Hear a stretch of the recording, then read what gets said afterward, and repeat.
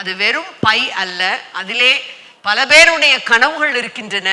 அவற்றையெல்லாம் மிக அழகாக சரியாக சுமந்து சென்று இந்த சமூகத்திலே நல்லதொரு குடிமக்களாக நீங்கள் வளர வேண்டும் என்பதுதான் இந்த பள்ளி இந்த நிகழ்ச்சியின் மூலமாக உங்களிடையே சொல்ல விரும்புகின்ற செய்தி. கல்வி என்கின்ற ஒன்றைத்தான் இன்றைக்கு நம்முடைய மாண்புமிகு முதலமைச்சர் அவர்கள் நம்முடைய விடுதலைக்கான ஆயுதமாக, உங்களிடமிருந்து களவாடப்பட முடியாத பெரும் சொத்து கல்வி என்று பல இடங்களிலும் வலியுறுத்தி சொல்கின்றார். அடுத்தடுத்த நிலைக்கு மிக குறிப்பாக கல்வியின் மூலமாக நீங்கள் மேற்செல்ல வேண்டும் என்பதுதான் அவருடைய கனவு.